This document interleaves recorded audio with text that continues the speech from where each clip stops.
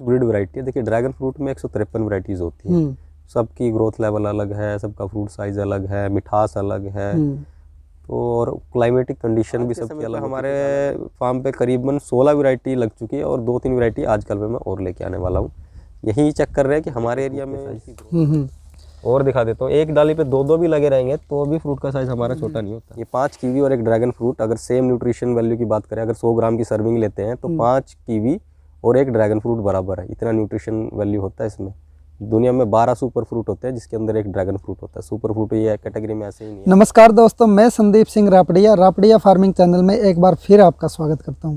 दोस्तों आज मैं आया हूं करनाल जिले के घरोंडा कस्बे में और यहां पर एक किसान है कुलदीप जी, जिन्होंने अपनी मेहनत से ड्रैगन फ्रूट की खेती शुरुआत की हुई है। यह वीडियो में ड्रैगन फ्रूट की जो खेती करना चाहते हैं उन किसानों के लिए भी और जो खेती कर रहे हैं उन किसानों के लिए यह वीडियो बना रहा हूं। इस वीडियो को आप अंत तक ज़रूर देखें और आपको ड्रैगन फ्रूट में जो जो चीज़ों की आवश्यकता होती है उसकी पूरी जानकारी इस वीडियो में ज़रूर मिलेगी। आइए शुरू करते हैं कुलदीप जी से। नमस्कार कुलदीप जी। नमस्कार जी। सर सबसे पहले तो मेरे व्यूवर्स को आप अपना इंट्रोडक्शन दीजिए।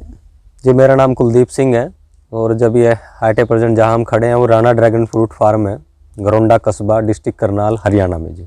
ठीक सर, सबसे पहले जानना चाहूँगा आपने जब ये ड्रैगन फ्रूट की खेती की, इससे पहले आप अपना कुछ भविष्य जो पास्ट था क्या क्या करते थे उसके बारे में बताइए। देखिए इससे पहले मैं जॉब करता था अब्रोड में, साउथ अफ्रीका में था। एज ए सीनियर इंजीनियर मैं अच्छा काम कर रहा था उधर, इलेक्ट्रिकल इंजीनियर था। अच्छी मेरी सैलरी थी। लगभग 2018 जनवरी में मैं यहाँ से गया था और अभी 3-4 महीने पहले ही मैंने आपसे जो अपनी जॉब से रिज़ाइन दिया क्योंकि अब फुल टाइम मैं ड्रैगन फ्रूट की फार्मिंग ही कर रहा हूँ। 2019 में मैंने ड्रैगन फ्रूट की शुरुआत की थी यहाँ पे, फरवरी 2019 में, और लगभग 4 साल हो गया मैं ड्रैगन फ्रूट फार्मिंग करते हुए। जब हमारा काम अच्छे से सेटल हो गया, हमारा फार्मिंग अच्छे से चलने लगा, उसके बाद मैंने जॉब से क्विट कर दिया। तो आप जो बाहर की कंट्री में जॉब करते थे, आजकल हरियाणा और पंजाब में या फिर हम, तो क्या है कि हर आदमी बाहर के लिए जॉब के लिए घूम रहा है, भाई हम जो बाहर की कंट्री है वहाँ पर जॉब कर लूँ या वहाँ पर कमा लूँ। आपने इतनी अच्छी जॉब छोड़कर और यहाँ पर कैसे सोच लिया कि ये काम करें? देखिए लगभग 4 साल हो चुके थे बाहर में, अच्छा पैसा कमाया, ऐसी बात नहीं है, वहाँ पे अच्छा सेटल था मैं। उसके बाद बोल रहे हैं कि आप वहाँ छोड़ के यहाँ क्यों आए। देखिए आप देश विदेश कितना भी घूम लो आप, लेकिन आपको वो जो शांति है ना वो अपने घर में ही मिलेगी। और जब मैं उतनी ही इनकम अपने घर में जनरेट कर रहा था तो फिर मेरे को बाहर धक्के खाने की ज़रूरत क्या थी। बाहर आप कितने भी जो देखिए नौकरी नौकर की तरह ही आपको काम करना पड़ेगा नौकरी में, और यहाँ अपना घर का काम है, अच्छा चल रहा है, 2 पैसे मोटे कमा रहे हैं इसमें, तो फिर मैं बाहर से क्विट कर दिया। और कुछ सिचुएशन भी बाहर ऐसी बन गई थी। एक तो कोरोना के समय पे आपने देखी होगी बहुत सारी सिचुएशन बनी थी, लोगों की नौकरी गई, कितनों ने तो अपने को खो दिया। और दूसरा वहाँ बाहर था मैं जो अफ्रीका में, साउथ अफ्रीका में, वहाँ राइट्स हुए थे दंगे, उसमें इंडियंस का आपने देखा होगा वीडियोज़ में भी क्या वहाँ पे सिचुएशन बनी थी। तो जो वहाँ पे रह रहा था आदमी वही चीज़ जान सकता था। और 2 चीज़ें, एक बार जब कोरोना निकल चुका और राइट्स निकल चुके थे तो फिर मैं रिस्क लेना वहाँ ठीक नहीं समझा।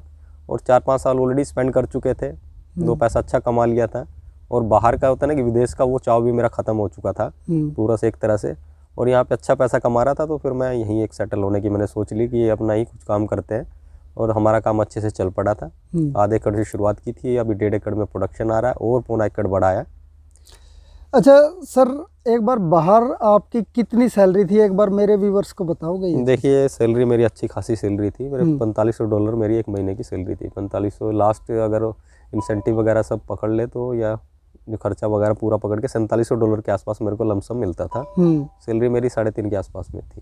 3.5 लाख रुपए यहाँ जी पर मंथ जी। तो इस हिसाब से 40 से 45 लाख के करीब आपका यहाँ इंडिया की 1 साल की सैलरी आपकी जब मैं गया था तब मेरे 2000 के करीब डॉलर की सैलरी थी। तो उसके बाद में इंसेंटिव हुआ तो मेरा प्रमोशन हुआ, तो सब ओवरऑल 4 साल के बाद में $4500-4700 मेरे आसपास में पहुँच चुकी थी। अच्छा, तो मतलब 40-42 लाख रुपए तो आपकी थी ही थी जी, नहीं थी। और आपका खर्चा भी वहाँ बहुत होता होगा? नहीं, खर्चा हमारा कुछ नहीं होता था वहाँ पे। जो था कंपनी का था, टोटल रहना खाना पीना सब कुछ, टिकट, इवन आने जाने का ट्रैवल अलाउंस भी हमको मिलता था। देखिए रिप्यूटेड कंपनी में थे तो MNC में थे, कोई इतना इशू पड़ता नहीं था। और वहाँ के हिसाब से अगर देखा जाए, इंडिया के हिसाब से सैलरी काफ़ी ज़्यादा लग रही है लोगों को, लेकिन वहाँ के हिसाब से सैलरी ये समझिए, वहाँ के जो लोकल जो काम करते थे उनकी सैलरी से हमारी आधी ही सैलरी थी। ठीक। आप वो समझ के चलिए, जैसे कोई बाहर से आ जाता है यहाँ काम करने के लिए, उनकी सैलरी हमसे हमेशा ही कम रहती है जो लोकल की सैलरी रहती है। तो उस तरह से ही उनका वहाँ था, क्योंकि हमको वहाँ क्या डॉलर में कन्वर्ट होके, रुपीज़ में कन्वर्ट होके मिलते थे, तो हमको ज़्यादा लगते थे। लेकिन जब आप वहाँ बाहर रहोगे और वहाँ खर्चा उस हिसाब से करोगे तो वो भी आपको कम दिखाई देगा। लेकिन खर्चा ये कंपनी पे कर रही थी, तो ओवरऑल मिला के काफ़ी अच्छा था हमारा पैकेज। यहाँ पर आपने कौन से सन में शुरुआत की और कैसे आपके मन में ये आया? ये सर 2018 के दिसंबर में मैं छुट्टियाँ आया था। उस समय पे मैं कुछ कटिंग्स लेके आया था वहाँ से, बाहर से। अच्छा। यहाँ पे हमने थोड़ा बहुत उगा के देखा उनको, यहाँ पे ग्रोथ उनका ठीक ठाक चला, तो फिर हमने आधे एकड़ से शुरुआत कर ली थी। 210 पोल लगाए थे शुरुआत में, 840 पौधे। आधा एकड़ में 210 पोल लगाए थे। आधा एकड़ जो अभी जिस फार्म में आप खड़े हैं, हाँ। ये हमारा पुराना फार्म आधा एकड़ का। हाँ। ये फरवरी 28, 2019 को हमने इसकी प्लांटेशन हमारी कंप्लीट हो चुकी थी। अच्छा, तो एक पोल पर कितने पौधे लगाए आपने? एक पोल पे 4 पौधे लगते हैं। तो इस तरीके से आपके 840 पौधे लगे। 840 के आसपास पौधे लगे। तो वहाँ से आप कटिंग क्या कुछ रेट लेके आए? कटिंग्स तो सर वहाँ का अलग अलग सब रेट रहता है, और ब्रीड के ऊपर कटिंग सबका प्राइस होता है। अभी ये जिस फार्म में आप खड़े हैं, यहाँ पे 2 वैरायटीज लगी है। एक हमने इंडिया से ही ली थी, जो एक वाइट पल्प का, मतलब अंदर से जो सफ़ेद निकलता है वो थे कुछ पौधे, और मोस्टली हमारे 90% जो पौधे हैं वो रेड पल्प है, अंदर से लाल ही जो फ्रूट निकलता है। ये क्रॉस ब्रीड वैरायटी है। देखिए, ड्रैगन फ्रूट में 153 वैरायटीज होती हैं, सबकी ग्रोथ लेवल अलग है, सबका फ्रूट साइज अलग है, मिठास अलग है, तो और क्लाइमेटिक कंडीशन भी सबकी अलग होती है, क्योंकि अलग अलग देश से रजिस्टर्ड हुई है। कोई किस देश में अच्छी ग्रोथ करती है, कोई किसी में करती है। कुल मिला के हमें यहाँ देखना था कि हमारे एरिया में कौन सी सूट करती है। इस चीज़ को ध्यान में रखते हुए, इनिशियल स्टेज था तो नई जानकारी भी थोड़ा कम था। आज के समय पे हमारे फार्म पे करीबन 16 वैरायटी लग चुकी है, और 2-3 वैरायटी आजकल में मैं और लेके आने वाला हूँ। यही चेक कर रहे हैं कि हमारे एरिया में उसकी ग्रोथ कैसी है, ब्रिक्स लेवल कैसा जाता है, सेल्फ लाइफ कैसी है, हमारे क्लाइमेट कंडीशन को वो सूट करती है कि नहीं करती। लेकिन लोगों को सिर्फ इन्फॉर्मेशन इतनी रहती है कि ड्रैगन फ्रूट या तो अंदर से लाल निकलता है, या फिर ड्रैगन फ्रूट अंदर से सफ़ेद निकलता है। वैरायटीज़ का ज्ञान नहीं है। लेकिन हम इस काम में एक तरह से समझिए कि 4 साल हो चुके हैं, पूरा काफ़ी समय दिया हमने, तो हमें थोड़ा नॉलेज है इसके बारे में, और अच्छी से अच्छी ब्रीड हम तैयार करने की कोशिश कर रहे हैं, ताकि किसी के पास में जाए तो उसे किसी तरह की परेशानी ना आए। क्योंकि इनिशियली ये समझ के चलिए, हरियाणा पंजाब में, मोस्टली पंजाब के अंदर में 70 से 75% जो फार्मर है जिन्होंने ड्रैगन फ्रूट की फार्मिंग की है, वो परेशान हो रहे हैं कि उनका फ्रूट का साइज नहीं बनता। ये बहुत बड़ी प्रॉब्लम आती है, और ग्रोथ नहीं होती। लेकिन अभी मैं दिखाता हूँ आपको यहाँ पे, ये देखिए फ्रूट के साइज, और दिखा देता हूँ। एक डाली पे 2-2 भी लगे रहेंगे तो भी फ्रूट का साइज हमारा छोटा नहीं होता सर। ये पूरा डिपेंड करता है वैरायटी के ऊपर। अच्छा, ये बताइए कि आपने अब तक कितना, मतलब वजन में सबसे हाईएस्ट वजन कितना आपका फ्रूट ने दे दिया होगा यहाँ पे? ये हमारा लास्ट ईयर का, अगर प्रोडक्शन लास्ट ईयर के हाईएस्ट फ्रूट के साइज की बात करें तो 1120 या 1160 ग्राम के आसपास एक हाईएस्ट फ्रूट गया था। इस साल हमारा 1366 ग्राम का एक सिंगल फ्रूट, यानी 1.4 kg के अराउंड का हमारा एक फ्रूट गया। शायद इंडिया का वो टॉप फ्रूट था। अच्छा जी। और एवरेज में कितना फ्रूट का साइज? एक एवरेज फ्रूट का साइज अभी जो फिलहाल हमारा निकल रहा है वो 525 के आसपास जा रहा है। राउंड फिगर 500 ग्राम पकड़ लेता हूँ, 500 ग्राम के आसपास एक एवरेज फ्रूट जा रहा है। इसमें देखिए छोटे भी होते हैं, बड़े भी होते हैं, काफ़ी बड़े भी हो जाते हैं। ठीक। लेकिन 80-85% जो हमारे फ्रूट आते हैं वो 500 ग्राम या उससे ऊपर के ही रहते हैं। ठीक है। एक बाग को यदि कोई लगाना चाहे जी, तो कितनी दूरी पे, जैसे पोल से पोल कितनी दूरी और लाइन से लाइन कितनी? ये डिपेंड करता है कि अगर आप बीच में इंटरक्रॉप लेना चाहते हैं, मतलब दूसरे बीच में सब्जियां वगैरह उगाना चाहते हैं, तो फिर डिस्टेंस रखिए। लाइन से लाइन की दूरी जो है, लाइन से लाइन की दूरी 13 फीट रखिए। अगर ये कि इंटरक्रॉप नहीं करना चाहता मैं, खाली ड्रैगन फ्रूट के ऊपर ही कॉन्सेंट्रेट करना है, निकलने आने जाने के लिए ही रास्ता है चाहिए, बस इतना ही, तो आप 10 बाई 7 पे लगाइए। लाइन से लाइन की दूरी 10 फीट और पोल से पोल की दूरी 7 फीट, तो इसमें आपके 550 के आसपास पोल लग जाते हैं 1 एकड़ में। 1 एकड़ में जी। और कितने दिनों में ये पौधा जैसे है, कितने दिनों में ये आमदनी देना स्टार्ट कर देते हैं? ये 14 से 16 महीने में। अगर मान लीजिए फरवरी में आपने प्लांटेशन किया तो अगले साल मई जून में जैसे ही फ्लावरिंग ओपन होगी तब से आपका प्रोडक्शन चालू हो जाएगा। और दूसरे साल अगर आपकी ग्रोथ वगैरह ठीक रही, आपने देखभाल ठीक की और आपकी वैरायटी अच्छी है, तो आपका मिनिमम 4 टन प्रोडक्शन आना चाहिए, यानी 40 क्विंटल। 40 क्विंटल एक पूरे सीजन में। जब आपने ये फ्रूट लगाया जी, तो जैसे फ्रूट भी हर किसान लगभग तैयार कर लेता है, कोई भी किसान हो अपनी फसल को तैयार कर लेता है। तो सबसे बड़ी आती है मार्केट की दिक्कत। नई वैरायटी आपने लगाई है, एक नया फल है जिसकी मैं देखता हूँ कि हर सब्जी वाले पे भी नहीं मिलती है वैरायटी। तो इसके लिए मार्केटिंग के लिए आपने क्या क्या किया? देखिए स्टार्टिंग में जब 2019 में हमने लगाया और 2020 में मई जून में हमारा प्रोडक्शन आने लगा, तो उस समय अभी फ़िलहाल तो देखिए यूट्यूब पे भी या नॉर्मली भी लोग ड्रैगन फ्रूट को जानने लगे क्योंकि इसका प्रचार काफ़ी हो चुका है और सरकार भी इसमें काफ़ी प्रोत्साहन दे रही है अपनी तरफ से भी। सरकार भी प्रचार कर रही है इसका और प्रमोट कर रही है। लेकिन उस समय पे देखिए ना तो कोई वीडियोस थी, ना ही कोई इसके बारे में कोई एडिशनल जानता था। तो अब भी हमने ये समझ के चलिए उस समय भी हमें ड्रैगन फ्रूट बेचने में कोई दिक्कत नहीं आई, क्योंकि ये देखिए इसके न्यूट्रिशन वैल्यू ना बहुत ज़बरदस्त है। ये 5 कीवी और एक ड्रैगन फ्रूट, अगर सेम न्यूट्रिशन वैल्यू की बात करें, अगर 100 ग्राम की सर्विंग लेते हैं तो 5 कीवी और एक ड्रैगन फ्रूट बराबर है, इतना न्यूट्रिशन वैल्यू होता है इसमें। दुनिया में 12 सुपर फ्रूट होते हैं जिसके अंदर एक ड्रैगन फ्रूट होता है। सुपर फ्रूट ये कैटेगरी में ऐसे ही नहीं आ गया, इसमें वो सभी माइक्रो न्यूट्रेंट्स, वो सभी प्राइमरी न्यूट्रेंट्स रहते हैं जो हमारे शरीर को ज़रूरत होती है, पोषक तत्वों की। तो उस टाइम पे डेंगू का सीज़न चल रहा था और प्लेट रेट डाउन होने का लोगों की बहुत समस्या आ रही थी। उस समय पे हमारा काफ़ी बूस्ट किया। जैसे हमने शुरुआत ऐसे की थी, हमने जितने भी नर्सिंग होम थे या फिर जितने भी हॉस्पिटल थे वो डॉक्टर्स के पास में एक बॉक्स गिफ्ट किया अपना खुद का पैकिंग का। उन लोगों को बताया कि ड्रैगन फ्रूट किस काम आता है और ये जिन लोगों की प्लेट रेट डाउन हो रही है तो उसमें काफ़ी हेल्पफुल रह सकता है। तो डॉक्टर्स ने रिकमेंड किया। उसके बाद में हमारा यहाँ लोकल में ये बूस्ट किया और हमारी सेल्स एकदम बढ़ गई। उसके बाद ही हमने आधे एकड़ से शुरुआत की थी, तो फिर उसके बाद ही एक एकड़ और एक्सटेंड किया अगले साल में। तो अभी हम एट ए प्रेजेंट 1.5 एकड़ का प्रोडक्शन ले रहे हैं। बेचने में हमें फ़िलहाल कोई किल्लत नहीं आई। अच्छा। और अभी के जो समय है अभी तो बिल्कुल भी कोई समस्या नहीं आई। चाहे कितना भी आप प्रोडक्शन ले लीजिए, अगर आपको कहीं मार्केट नहीं मिल रही तो दिल्ली आज़ादपुर आपको हाथों हाथ चला जाएगा। तो आपका जो फल है वो किस रेट में और किस तरीके से आपने बेचा है?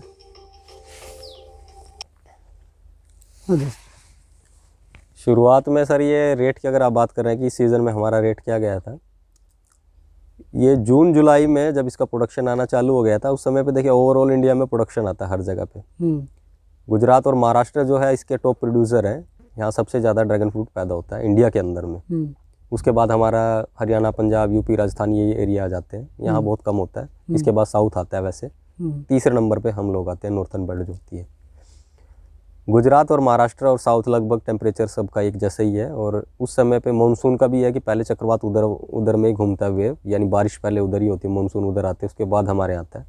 तो उनकी शुरुआत भी हमसे 1 महीना पहले होती है और उन लोगों के फ्रूट भी हमसे 1 महीना पहले ख़त्म हो जाते हैं। तो इनिशियली स्टेज में ये समझ के चलिए कि जब रेट आता है अगस्त का तो उस समय पीक हो जाता है। इस बार का, पिछले साल का मैं बता देता हूँ, पिछले साल का एक एवरेज फ्रूट का हमारा जो रेट जा रहा था, हम पर केजी के हिसाब से सेल करते हैं, होल सेल का हमारा जो रेट जा रहा था वो 160 से लेके 190-200 तक जा रहा था पीक समय पे। ठीक है। इस साल वो रेट थोड़ा डाउन हो गया क्योंकि इस समय प्रोडक्शन भी ज़्यादा हो गया, लोगों ने ड्रैगन फ्रूट के फार्म भी काफ़ी ज़्यादा लगाए। ठीक है।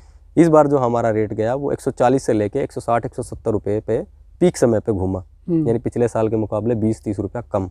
ठीक है। लेकिन जब हमारा एंड होता है, जो उन लोगों का एंड होता है, अक्टूबर में उनके फ्रूट खत्म हो जाते हैं और हमारे दिसंबर, अभी देखिए नवंबर 17 या 18 तारीख है आज, अभी भी हमारे फ्रूट लगे हुए हैं और अभी भी पकने में करीबन 8-10 दिन का समय है, यानी दिसंबर का मिड तक वो चला जाएगा। उस समय पे रेट हमारा बहुत ज़बरदस्त आ जाता है। अगर बात करें अभी का जो हमारा रेट चल रहा है वो 250-250 रुपया पर केजी चल रहा है होल सेल का। अच्छा। और जैसे ही नवंबर क्लोज होगा, यानी शादी ब्याह के जो सीज़न आते हैं, उस समय पे हमारा रेट 300 रुपया चला जाता है। एक ओवरऑल कैलकुलेशन किया जाए तो पूरे सीज़न का एक एवरेज क्या निकलता है, अभी हमारा 200 रुपया पर केजी के हिसाब से एक एवरेज निकल रहा है, जहाँ हमने 140 में भी बेचा और जहाँ हम अभी 250 और 300 पे भी जाने वाले। ठीक है सर। अच्छा सर, ये पौधा जो है ये मोस्टली कांटेदार पौधा है जी, और मरुस्थली एरिया में जैसे होते हैं वैसे ही पौधा है। जी जी। हर एक पौधा जो भी फल वाला होता है वो क्या होता है कि 1 महीना दे देता है फल, 1.5 महीना दे देता है, इससे ज़्यादा नहीं देता। ये पौधा आप बताओगे कितने दिन तक फल देता है? देखिए मानसून कब से कब तक देता है? मानसून के ऊपर निर्भर रहता है ये सब। मानसून अगर जैसे पिछले साल की बात कर लूँ, मानसून मई में आ गया था, मई के 15-16 तारीख के आसपास हमारे फ्लावरिंग ओपन होने चालू हो गए थे। इस बार मानसून हमारे नॉर्थन बेल्ट में लेट आया, यह समझ के चलिए जून 15 के आसपास मानसून आया, 15-20 तारीख के आसपास। हमारे फ्लावरिंग ओपन होते होते जुलाई महीना निकल गया, अगस्त में हमारा जाके प्रोडक्शन आया, जो पिछले साल जुलाई में आ गया था। तो ये टोटल डिपेंड करता है मॉनसून के ऊपर। जैसे बारिश आती है तो इसके फूल खिलने लगते हैं और फल बनने लगता है, और लगातार पूरा सीज़न ये हमारे नॉर्थन बेल्ट का अगर बात करें तो इसका सीज़न रहता है एक मोटा मोटी जून से लेके दिसंबर तक ये लगातार फ्रूटिंग देता है। अच्छा, लगभग 5 से 6 महीने। हर एक फसल, कोई भी फसल हो, उसमें कोई ना कोई बीमारी आती है। जी जी। और एक कंडीशन ऐसी भी आती है जिस टाइम पौधे बिल्कुल खत्म होने लग जाते हैं। जी जी। कुछ पौधे होते हैं बारिश में खत्म हो जाते हैं जी। कुछ ज़्यादा सर्दी में, कुछ ज़्यादा गर्मी में। तो ये जो ड्रैगन फ्रूट है, यह कौन सी ऐसी इसके लिए क्रिटिकल स्टेज होती है जो इसके लिए उपयुक्त नहीं होती, वो बताएं थोड़ा। देखिए हमारे यहाँ 2 इसको कंडीशन इसको भारी पड़ती है। एक तो जब हमारा टेम्परेचर 45 डिग्री के आसपास पहुँच जाता है, 40 के ऊपर, यानी मई और जून में जब हमारा टेम्परेचर 10-15 दिन के लिए जब हाई जाता है, उस समय पे इसके पत्ते ना पीले पड़ जाते हैं। ठीक, ये हरे भी आपको दिखाई दे रहे हैं, उस समय पे एकदम पीला हो जाता है सनबर्न की वजह से। तो एक तो असर होता है उस समय, जैसे सनबर्न से पीला हुआ, इसके जो सेल्स हैं वो डैमेज हो जाते हैं, और बारिश आती है तो यहाँ फंगस आ जाती है। एक बीमारी होती है फंगस, मोटी बीमारी समझ के चलिए, इसमें एक ही लगती है, वो होती है फंगस। 2 समय लगती है, एक जब पौधा झुलस जाता है गर्मी से, उसके बाद बारिश आती है तब फंगस आती है, और दूसरा दिसंबर 15 से लेके फरवरी के 15 तारीख तक, यानी 2 महीने में जब टेम्परेचर 10 के नीचे आ जाता है, यानी 5-6 डिग्री 4 डिग्री तक हमारा जब टेम्परेचर आ जाता है, उस समय पे फंगस आती है। क्योंकि पाला पड़ता है बहुत ज़्यादा, इसको धूप वगैरह मिल नहीं पाती, और दोबारा से ये पीला पड़ता है, पीला पड़ के फंगस आ जाती है। ठीक है। तो मोटी सी जो एक बीमारी है तो वो फंगस है, 2 समय पे आती है। साल के 4 महीना पकड़ के चलिए ये पौधा स्ट्रेस में रहेगा, बाकी ये 8 महीना ठीक चलता है पौधा। जो बारिश वाली फंगस कही थी जी, वो फंगस के लिए कौन सी दवाई यूज करते हो आप? देखिए हम जो करते हैं ऑर्गेनिक और बायो में यहाँ पे यूज़ करते हैं। हमारे पास काफ़ी सारी मेडिसिन अलग अलग, जैसे ट्राइकोडर्मा हो गया रूट जोन के लिए, आप घर पे भी बना सकते हैं, छाछ से और तांबे से मिक्स करके फंगिसाइड, वो भी यूज़ कर सकते हैं। बाकी बायो के दुनिया भर के प्रोडक्ट हैं, आप फंगिसाइड के रूप में कोई भी यूज़ कर सकते हैं। सिस्टमेटिक फंगिसाइड आप यूज़ कीजिए, और वायरल डिजीज़ के लिए सेप्टोसाइक्लिन आता है 6 ग्राम का पाउच, वो भी यूज़ कर सकते हैं। अच्छा, तो सर्दियों में जो फंगस आती है उसके लिए कौन सा यूज? सर्दियों में फंगस के लिए बहुत सारी तैयारियां होती हैं पहले से। अच्छा। सर्दी के समय पे एक तो आपके बीच की जो जगह है, हवा खेत में एक तरह से अगर घुसी तो निकलनी नहीं चाहिए। ठीक है। बोलते हैं ना शीतलहर निकल गई, शीतलहर निकल गई, वो नहीं निकलनी चाहिए। इसके लिए या तो बीच में इंटरक्रॉप करो, अच्छा। या फिर बीच में कुछ ना कुछ आप सह फसली लगाइए, या फिर कुछ ऐसे पौधे लगाए, जैसे हमारे नया फील्ड है उसमें हमने मोरिंगा के पौधे लगाए हुए। अगर हवा एक बार घुस गई ना अंदर तो बाहर नहीं निकलेगी वो। ठीक है। और वो एक तरह से पाले से भी पौधे को बचाते हैं। इसकी छटाई हम फरवरी में कर देंगे, जब पौधा फुटाव लेने लगता है दोबारा, वहाँ धूप की जरूरत होती है पौधे को, तो उस समय पे हम उनकी छटाई कर देंगे और दोबारा से फुटाव ले लेता है। नीचे में मल्चिंग कीजिए, गर्म खाद डालते हैं, पोल्ट्री का खाद डालते हैं गर्मी सर्दी के सीजन पे। बोन मैन्योर हम यूज़ करते हैं, जो हड्डी का पाउडर भी बोला जाता है, वो यूज़ करते हैं। और पुराली से इसको मल्चिंग कीजिए, गर्माहट बनी रहती है। और सर्दी के समय पे जब एकदम पीक पड़ जाता है तो उस समय पे फंगिसाइड के स्प्रे कंटिन्यू करते रहिए 8-10 दिन में, जैसे आप कंडीशन देखते हैं तो वो ठीक ठाक ही चलता लगभग। ये सब आपको एक्सपीरियंस के हिसाब से आएगा, ऐसे समझाने से भी समझ में नहीं आने वाला। और जैसे धीरे धीरे आप करते जाएंगे तो आपका तजुर्बा बढ़ता जाएगा और आप इसी खेती में माहिर हो जाएंगे। अच्छा। और नंबर चालू हो जाएंगे। सर, कोई नया किसान जैसे 1 एकड़ से शुरुआत करना चाहे तो आप बता सकते हो कि 1 एकड़ में टोटल उसका कितना खर्चा आ जाएगा? अभी एट ए प्रेजेंट अगर बात करें तो 1 एकड़ की कॉस्ट की, इसकी इनिशियल कॉस्ट की कम से कम 5 से 6 लाख रुपया 1 एकड़ में खर्चा आने वाला है। इसमें जो 70% जो खर्चा होता है वो पोल और रिंग का होता है। अभी स्ट्रक्चर देख रहे हैं ना, ये पोल ऊपर, ये नीचे का जो पोल है और ऊपर का जो स्ट्रक्चर है रिंग का, इसी का 70% खर्चा होता है। क्योंकि ये फसल जो है 25 साल चलने वाली फसल है। अच्छा। एक बार लगाते हैं तो 25 साल चलती है और लगातार प्रोडक्शन देती है। आपके दूसरे साल से स्टार्ट हो जाता है प्रोडक्शन और ये कंटिन्यू 25 साल तक देते रहते हैं और 10 टन पे स्टेबिलिटी मिल जाएगी आपको। यानी तीसरे से चौथे साल के अंदर में ये जो प्रोडक्शन है 1 एकड़ का 100 क्विंटल यानी 10 टन आपका फिक्स हो जाएगा। ये इतना आता ही रहेगा। बस ये है कि आपको मेंटेन करना है, प्रूनिंग करनी है, देखभाल करनी है, इसकी छटाई वटाई करते रहना है। 10 टन तक की स्टेबिलिटी आपको दे देगा और कंटिन्यू ये प्रोडक्शन चलता रहता है। पौधे का जो खर्चा रहता है आपका 60 रुपये का पर प्लांट रहता है। 1 एकड़ में 2000 पौधे लगते हैं एक तरह से। अगर 500 पोल की बात करें 1,20,000 का ये खर्चा और बाकी आपका खाद मिट्टी सब लगा के करीबन 5 लाख के आसपास ये पूरा आपका ओवरऑल खर्चा होता है। ये इनिशियल कॉस्ट सिर्फ एक बार लगती है, बार बार नहीं लगती। उसके बाद मेंटेनेंस का अगर खर्चे की बात करें पर एकड़ अगर मोटा सा पकड़े तो 50,000 रुपये 1 साल का खर्चा होता है। 1 साल का खर्चा। जी। तो आपने अपने खेत में लेबर कितनी रखी है? लेबर हमारे खेत में एक भी नहीं है जी। अच्छा, तो मैं हूँ, मेरी माताजी है और मेरे पिताजी, हम 3 ही मेंबर हैं और इसको अच्छे से मेंटेन कर रहे हैं। लेबर हम कोई यूज़ नहीं करते, जो भी काम रहता है हम खुद अपने हाथ से करते हैं। और इसमें जैसे केमिकल फर्टिलाइजर यूरिया वगैरह कुछ डालते हो आप? देखिए हमारा जो फार्म है पूरा ऑर्गेनिक रजिस्टर्ड फार्म है, तो हम केमिकल वगैरह बिल्कुल भी यूज़ नहीं करते। इनिशियल स्टेज में यूज़ किया था, जब हम स्टार्टिंग में थे 4-6 महीना हमने अच्छे से यूज़ किया, लेकिन वो पौधों, ये जो पौधा है ये हाई कार्बन लेता है पौधा। जहाँ पे कार्बन लेवल हाई होगा वहाँ पे ये पौधा ग्रोथ करता है। देखिए है तो कुल मिला के एक जंगली पौधा ही, कैक्टस। इसको ज़्यादा आप यूरिया DAP इनकी ज़रूरत नहीं है। इसकी रूट जोन भी बहुत नाजुक होती है, ऊपर जमीन पे रहती है, जहाँ मिट्टी सॉफ्ट और भुरभुरी रहती है वहीं इसकी जड़ें फैलती हैं। ये जो हमारी जो मिट्टी है हार्ड होती है, थोड़ी दोमट चिकनी टाइप मिट्टी है हमारी। और जो रेतीली मिट्टी होती है उसमें बहुत बढ़िया ग्रोथ करता है ये। अच्छा। तो हम जो इसका मिक्सचर भी बनाते हैं, रेत और आपका खाद और मिट्टी, ये तीनों को मिला के एक मिक्सचर बनाते हैं, जैसे पोल के सराउंडिंग में लगाया रहता है, ताकि जिससे मिट्टी भुरभुरी बनी रहे और प्लांट की ग्रोथ हो। तो इस तरह से हम मिक्सचर इसका यूज कर लेते हैं। तो इस प्लांट के लिए सर मिट्टी कैसी होनी चाहिए? मिट्टी इसकी कोई भी मिट्टी चलेगी, कोई इशू नहीं। खाली सिर्फ एक ही चीज देखने वाली है कि जमीन के अंदर पानी खड़ा नहीं होना चाहिए। अच्छा। अगर पानी का ठहराव 2 दिन तक हो जाता है, 24 घंटे के ऊपर तक अगर पानी का ड्रेनेज नहीं होता, निकास नहीं होता, तो ये फसल मर जाती है, क्योंकि इसकी जड़ें बहुत कमजोर होती है, पानी को झेल नहीं पाती। पौधा मरेगा सिर्फ एक चीज से, ओवर वाटरिंग, यानी ज्यादा पानी की वजह से। ठीक है। बहुत कम पानी की जरूरत है इस पौधे को। किस मिट्टी में चलेगा? जब मिट्टी का अगर आप प्लांटेशन अगर कर रहे हैं, 5-6 लाख रुपए खर्चा कर रहे हैं, तो मिट्टी की जांच जरूर करवाइए। उसमें सिर्फ एक ही चीज देखने लायक है, वो है pH value, potential of hydrogen. तो इसके लिए अगर 6 से 7 के बीच pH वैल्यू आ जाती है आपकी, तो बहुत बढ़िया, कुछ करने की जरूरत नहीं है, ग्रोथ आपकी अग्रेसिव चलेगी। अगर pH वैल्यू 8 के ऊपर जाती है, तो मेरी सलाह यही है उन लोगों को कि आप खेती ना करें इसकी, क्योंकि इसकी ग्रोथ बहुत कम हो जाएगी। इसको हल्की एसिडिक सोइल की जरूरत है। जब हमने शुरुआत की तो हमारी pH वैल्यू 5 थी, हम ऑर्गेनिक तरीके से कर रहे थे। आज हमारी pH वैल्यू 6.5 आ गई, तो वो मेंटेन हो जाती है। ये है कि 8 या उसके ऊपर की अगर pH वैल्यू है तो वो थोड़ा अवॉइड करें इस चीज को, क्योंकि ग्रोथ नहीं होगी। pH वैल्यू इतनी आसानी से मेंटेन नहीं होती, और हमारी आदत केमिकल वाली है, तो हम मेंटेन नहीं कर पाएंगे उस चीज को। अगर कोई भाई अगर ऑर्गेनिक वे में कर रहा तो उसकी pH वैल्यू ऑटोमेटिक मेंटेन हो जाती है 7 के आसपास। अगर केमिकल की ही आप खेती कर रहे थे और केमिकल में ही लेके चलेंगे इसको, और pH वैल्यू भी हाई है, तो आप अवॉइड कर दें इसको।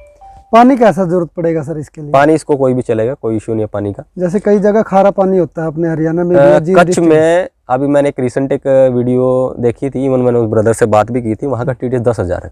अच्छा, तो वहाँ पर इतने हार्ड पानी में भी अगर ये ग्रोथ कर रहा है अच्छे से, तो पानी की कोई किल्लत नहीं है। तो खारा मीठा कोई दिक्कत? पानी की दिक्कत नहीं है जिसको, बस खाली पानी खड़ा ही होना चाहिए खेत में। जब हम शुरुआत में पौधे लगाते हैं तो इसके बीच में कोई दोबारा दूसरी फसल ले सकते हैं? जब हमने शुरुआत की थी यहाँ पे आधे एकड़ से, तो हमने करीबन 1.5 साल तक इसमें अच्छे से इंटरक्रॉप की। सब्जी में आप कोई भी सब्जी लगाइए, बस खाली ये है कि इसके बीच में आप धान नहीं लगा सकते, क्योंकि उसमें चाहिए पानी। बाकी से अलावा कुछ भी लगाइए, कोई इश्यू नहीं है। ये है इसके थोड़े रूट जोन से थोड़ा 1 फीट छोड़ के लगाइए, ताकि इसके रूट जोन को डिस्टर्ब ना हो। देखिए मेन फसल हमारी ये है, वो तो हम एक्स्ट्रा इनकम के लिए कर रहे हैं, ठीक है। उसका असर इन पे नहीं आना चाहिए। थोड़ा सटा के दूर लगाइए, बीच में इंटरक्रॉप आप कितने समय तक कर सकते हैं, कोई इश्यू नहीं है उसमें। सर इस पौधे के लिए जैसे कोई भी बागवानी करता है तो उसके लिए ड्रिप की आवश्यकता होती है, क्या आप इस पौधे के लिए या इस प्लांट के लिए ड्रिप की आवश्यकता पड़ती है? देखिए ऐसा कोई कंपलसरी नहीं है कि ड्रिप की ही आवश्यकता है इसके लिए। अभी तक हम 4 साल से इसकी जो खेती कर रहे थे बिना ड्रिप के ही कर रहे थे, फ्लड से, यानी सीधा पानी छोड़ते थे क्यारियों से और आगे तक पानी चला जाता था। देखिए ड्रिप का फायदा ये रहता है कि उसमें एक तो आपका पानी वेस्ट नहीं होता, ओवर वाटरिंग होने की संभावना ना के बराबर रहती है, क्योंकि इसको पौधे को गर्मियों के समय ना पानी आधा चाहिए, उल्टा है इसका। अच्छा। गर्मियों में इसको पानी कम दिया जाता है, खाली जिंदा भर रहने के लिए पानी दिया जाता है। अगर ज्यादा पानी दे देंगे तो ये अपने पत्तों में पानी भर लेता है। ठीक है। पानी जैसे भर लिया उसके बाद धूप पड़ती है, 45 डिग्री टेम्परेचर जाता है, तो ये पीला पड़ जाता है, फोटोसिंथेसिस की प्रोसेस कंप्लीट नहीं होती, सेल्स डैमेज हो जाते हैं, पानी का वाष्पीकरण नहीं हो पाता। उसके बाद जैसे ही मानसून बारिश आई फिर ये दोबारा पानी लेना चालू करता है, तो यहाँ से फिर गलेवा फंगस आना चालू हो जाता है। तो गर्मी के समय पे मानसून से पहले हम इसके पत्तों में से एकदम पानी उड़ा देते हैं, तो इसको पानी ज़मीन से ही कम देना चालू कर देते हैं, ताकि मानसून में अगर जितना पानी इसको लेना है ले, कोई इशू नहीं, मेरे लीफ को दिक्कत ना आए। तो लेकिन फ्लड में अगर डायरेक्ट पानी देते तो ये चीज़ कंट्रोल नहीं होती थी, क्योंकि पानी पहले ज़मीन पानी सोखेगी फिर आगे पानी चलाएगी। ठीक है। लेकिन ड्रिप से हम ये चीज़ मेंटेन कर सकते हैं, क्योंकि उतना ही पानी दे सकते हैं जितना पौधे को ज़रूरत है। खाद या जो फर्टिलाइजर हम ड्रिप के माध्यम से देते हैं वो पौधों में बराबर जड़ों में इक्वल मात्रा में जाता है। फ्लड से अगर कोई भी हम फर्टिलाइजर देते हैं तो वो पूरी जमीन में बराबर से फैलता था, पौधों को 30% ही पहुंचता था। 70% फर्टिलाइजर हमारी जमीन में ऐसे ही वेस्ट पड़ा रहता था। तो इससे फायदा भी बहुत है। ये इनिशियली है कोई 1 एकड़ लगा रहा है ड्रैगन फ्रूट की फार्मिंग तो आप लगा सकते हैं, सब्सिडी देती है सरकार 85% इस पे। हमारे 2 एकड़ में करीबन अगर हमने थोड़ा मॉडिफिकेशन करवाया इसमें तो हमारा खर्चा थोड़ा बढ़ गया था। अगर कोई मॉडिफिकेशन नहीं करवाता जो नॉर्मल तरीके से उनको ड्रिप अगर बागवानी वाले जो सब्सिडी देते हैं तो 2 एकड़ का खर्चा करीबन 27 से 28 हज़ार रुपये आता है। 2 एकड़ का मतलब 13-14 हज़ार रुपये 1 एकड़ का खर्चा पड़ता है। इसमें मेन जो सिस्टम का एक बार खर्चा आता है, क्योंकि एडिशनल तो सिस्टम तो एक ही बार लगना है, चाहे आप 2 एकड़ पे लगवाइए, चाहे 1 एकड़ पे, चाहे लगवाइए 50 एकड़ पे। तो उसका जो पहले एकड़ का खर्चा था वो थोड़ा ज़्यादा, बाकी जो दूसरे में तो खाली लाइन्स बिछनी है तो उसका सस्ता हो जाता है कुल मिला के। सर इस प्लांट की प्रूनिंग किस टाइम पे करते हैं आप लोग? देखिए प्रूनिंग के 2 समय होते हैं। जब आपने मान लीजिए फरवरी में पौधा लगाया तो उसको फर्स्ट प्रूनिंग बोला जाता है, वो करते हैं अगस्त के महीने में। और दूसरी प्रूनिंग होती है दिसंबर में। दूसरी प्रूनिंग होती है वो दिसंबर में, वो होगी 1 साल कंप्लीट होने के बाद दूसरे साल के एंड में, यानी जब इसने प्रोडक्शन दे दिया हो। पहले साल तो आपको कोई प्रोडक्शन नहीं आएगा, उसको फर्स्ट प्रूनिंग बोला जाता है। उसको जैसे रिंग के ऊपर पत्ता निकला वहाँ से काट दिया जाता है, ये होती है अगस्त में, फर्स्ट प्रूनिंग बोलते हैं इसको। दूसरी प्रूनिंग होती है दूसरा सीजन, यानी 2 साल खत्म हो गए, आपने फ्रूट ले लिया अच्छे से, उसके बाद में इसकी प्रूनिंग होगी, वो होगी दिसंबर महीने में, यानी फ्रूटिंग सीजन दिसंबर में खत्म होता है तो हम उसकी प्रूनिंग कर देते हैं। प्रून उन्हीं लीफ का होता है जो मैच्योर लीफ होते हैं, जिन लीफ के ऊपर में फ्रूट एक बार आ चुका है, उन लीफों का कटिंग होता है, उनसे हम नई पौध बनाते हैं। ऐसा नहीं है कि जैसे मान लीजिए ये नया पत्ता निकला और हमने इसको काट दिया, ये जैसे ये पकड़ लीजिए आप, एकदम हरा पत्ता अभी निकल रहा है, ग्रोथ कर रहा है, हाँ जी। और इसको काट के अगर हम लगा दें, ऐसी बात नहीं है ये ग्रोथ नहीं करेगा, ये फुटाव ले लेगा, लेकिन ये कच्चा पत्ता इसने कभी फ्रूट दिया ही नहीं है तो ये क्वालिटी वो वाला क्वालिटी का फ्रूट नहीं लगेगा जो इसका मदर स्टॉक पे आ रहा था। ठीक है। तो उसी लीफ को कट किया जाता है जिसके ऊपर ऑलरेडी फ्रूट आ गया। जैसे ये लीफ है, यहाँ से अभी कट करेंगे तो कट का निशान आ जाएगा, तो हमको पता चल गया कि यहाँ से कटिंग किया, और देखने से पता चलता है ये हार्ड हो जाता है, हरे गहरे कलर का हो जाता है, और जो नया पत्ता होता है वो लाइट कलर का हरा रहता है, तो देखने में भी एकदम नाजुक सा होता है। तो उन पत्तों का ही कटिंग होता है जो ऑलरेडी मैच्योर हो चुके हैं। सर आपने टोटल 1.5 एकड़ जैसे ये लगा रखा है, तो 1.5 एकड़ में अब तक आपने 3 या 4 साल जो भी हो गए हैं, कितनी आमदनी कर ली होगी सर? देखिए आमदनी कैसा रहता है भाई, ये पौधे की अगर ग्रोथ अच्छी होगी, आपने फ्रूट अच्छा ले लिया, साइज अच्छा बना, आपकी मेहनत अगर सफल हो जाती है, मैं उनका बताता हूँ। देखिए इसमें दो पक्ष हैं। एक तो वो लोग आ जाते हैं जो फेल हो जाते हैं, और क्योंकि वीडियोस में आप देखोगे ना तो फेलियर के बारे में कोई बात नहीं करता, हर कोई जो ये समझ के लिए सक्सेस हो गए उन्हीं के बारे में बात करता है, फेलियर के बारे में बात नहीं करता। आमदनी सिर्फ ये इतना ही लोग बोलते हैं। हमारे पास सैकड़ों यूट्यूबर आते हैं वीडियो बनाने के लिए, लेकिन ये जो बात है खोल के और सच्चाई से बताना चाहिए किसी भी किसान को, क्योंकि खर्चा मोटा हो रहा है इसमें। ठीक है। ऐसा रहता है जो इसकी फार्मिंग अपने दिल लगा के या समझिए कि मेहनत से कर लेगा, जो दिन रात इसी में होगा, डेडिकेशन के साथ कर लेगा, वो तो हो जाएगा पास। और जो कुछ लोग हैं शौकिया तौर पे लगाया जोश में, उसके बाद देखभाल नहीं कर रहे, तो उनकी होगी आमदनी 0। ठीक है। क्योंकि ये पौधा ही बचेगा नहीं। जो लोग पास हो जाएंगे, जो मेहनत करना जानते हैं, जो कर लेंगे इसको, आमदनी इसमें बेहिसाब है। जैसे हम अपना ही बता देते हैं, हमने जब आधे एकड़ से शुरुआत की थी, लास्ट साल की बता देता हूँ, लास्ट साल क्योंकि आधा एकड़ था, उस समय पे हमारा 1 एकड़ का प्रोडक्शन नहीं आया था, इस बार हमारा 1.5 एकड़ का आ रहा है। पिछले साल हमने इसमें 7.5 लाख रुपए का प्रोडक्शन हुआ था आधे एकड़ से, 4.25 टन हमारा माल निकला था। इस बार हमारा आधा एकड़ और 1 एकड़ मिला के 1.5 एकड़ में हमारा 12 टन प्रोडक्शन निकल चुका है, और अभी मेरे हिसाब से आधा या 1 टन के आसपास अभी भी प्रोडक्शन होगा हमारा, यानी 13 टन के आसपास। मैं राउंड फिगर 12 ही पकड़ लेता हूँ। ओवरऑल कैलकुलेशन हमारा 200 रुपए के आसपास एक एवरेज पकड़ लेते हैं, क्योंकि रेट अप भी हुआ था डाउन भी हुआ था। हमारा करीबन 24 के आसपास का अभी तक का प्रोडक्शन निकल चुका है। 1.5 एकड़ में 24 लाख की, हाँ इतने के आसपास हमारा निकल चुका है। इसमें हमारे और भी बहुत सारे काम रहते हैं। देखिए कटिंग और नर्सरी जो है ना, हर कोई बेच रहा है, लेकिन लोग लेते हैं वहां से जहां उनका मन को तसल्ली मिलती है, जहां प्रोडक्शन अच्छा आता है, जो आदमी क्वालिटी से काम कर रहा है और क्वालिटी का ही आपको चीज दे रहा है और क्वालिटी से ही आपको पैसा ले रहा है। अब बात कर लेते हैं हमारी कटिंग्स की और हमारी नर्सरी की। हमने लास्ट साल 37,000 पौधे बनाए थे। ठीक है। एक एवरेज जो रेट रखा था हमने 60 रुपये रखा था। इस साल हमारी जो कैपेसिटी है वो बढ़ गई है, क्योंकि एक नया 1 एकड़ हमने और इंट्रोड्यूस कर लिया। तो इस बार हम हाफ एकड़ को अच्छे से प्रून कर रहे हैं। इस बार हमारी कैपेसिटी 60,000 के आसपास पहुंच चुकी है और रेट हमने 60 रुपया रखा हुआ है। तो आप उसको मल्टीप्लाई कर सकते हैं अपने हिसाब से। 60,000 इंटू 60 मतलब 36 लाख के इर्द गिर्द में आपकी प्रूनिंग जो आपने ये पौधे बेचे। देखिए ये हर कोई नहीं बेच पाएगा, मैं क्लियर कर देता हूँ। हमारे पास में देश से विदेश से कहाँ से लोग आते हैं, क्योंकि हमारे पास ब्रीड वो है, वैरायटी वो है। मैं वही बताया कि हमारे फार्म पे 16 वैरायटी लगी हुई है, जिसका ये समझ के लिए 3 वैरायटी का भी प्रोडक्शन चल रहा है, जो हमारी सबसे बेस्ट है। 1400 ग्राम के फ्रूट ऐसे ही नहीं लग गए, ठीक है, वो सब वैरायटी के ऊपर पूरा टोटली डिपेंड रहता है। अभी जो आप हमारे पास में 13-14 वैरायटी और एडिशनल है, उनका प्रोडक्शन अगले साल आएगा। इसमें येलो भी है, इसमें व्हाइट की भी 2-3 वैरायटी है, येलो की भी 2 वैरायटी है, एक रेनबो है, बहुत सारी वैरायटी है हमारे पास में, जिनका प्रोडक्शन अगले साल आएगा। उनका प्राइस भी उनकी वैरायटी के अकॉर्डिंग, मैं 3-3, 4-4 हजार की कटिंग मंगवाता हूँ बाहर से। बाहर से। अगर इतनी महंगा मंगवाता हूँ तो 60 रुपए में नहीं, उसको 700 रुपए में सेल भी करूंगा, क्योंकि वो मिलेगी नहीं किसी के पास। और किसी को अच्छी ब्रीड चाहिए तो क्वालिटी का हमारा देखिए सीधा एक ही उसूल है, ना कॉम्प्रोमाइज करते हैं क्वालिटी में और ना ही कॉम्प्रोमाइज करते हैं पैसे में। लोग पैसा खर्चा करने के लिए तैयार है, लेकिन उन्हें वो क्वालिटी वो चीज भी मिलनी चाहिए। तो अगर आप इसकी फार्मिंग कर रहे हैं और अच्छे से आप ईमानदारी से काम कर रहे हैं, तो लोग आपके पास आएंगे, आपकी नर्सरी भी सेल जरूर होगी।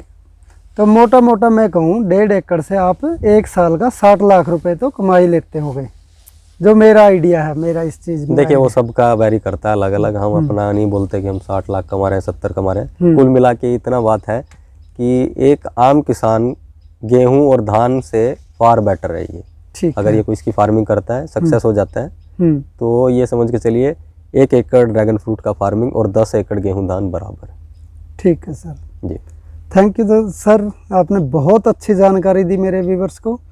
तो ये थी जानकारी पूरी ड्रैगन फ्रूट पर। और मैं एक और दोस्तों आपको बताना चाहता हूँ, जो कुलदीप सर हैं, इन्होंने इतनी अच्छे तरीके से और इतनी सही बात कही है कि यह खेती यदि कोई करना चाहता है और चाहता है कि बस मैंने ये 5 लाख लगा दिए 1 एकड़ में और मेरे सक्सेस हो जाएंगे, ऐसा नहीं होगा।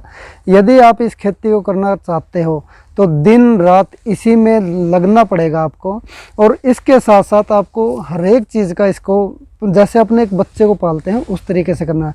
ऐसे ही कोई सक्सेस नहीं होता। इन्होंने भी खुद कहा है कि दिन रात यहाँ पर इनके माता पिता ने और इन्होंने मेहनत की है। और जब मैं इनसे बात कर रहा था तो इन्होंने कहा था कि एक बार पूरा बाग बिल्कुल ख़त्म हो चुका था, लेकिन फिर इन्होंने ज़िंदा रखा उस चीज़ को और मेहनत के साथ ये आज मेरे हिसाब से, जहां मेरा आइडिया है, 60 से 70 लाख रुपए 1.5 एकड़ से कमा रहे हैं। वो इनकी मेहनत है। यदि आप भी इस तरह की खेती करना चाहते हैं तो अपनी खुद की मेहनत कीजिए, किसी के यूट्यूब के बहकावे में नहीं आइए। सिर्फ मेरा मकसद था कि एक अच्छी किसान को एक अच्छी फसल मिले और अच्छी आमदनी मिले, सिर्फ यही मेरा मकसद था। दोस्तों यदि यह वीडियो आपको अच्छी लगी हो तो प्लीज़ वीडियो को लाइक और शेयर करें, और जो नए दोस्त इस वीडियो में आए हैं वो चैनल को सब्सक्राइब करें। थैंक यू दोस्तों, मिलते हैं एक नई वीडियो के साथ।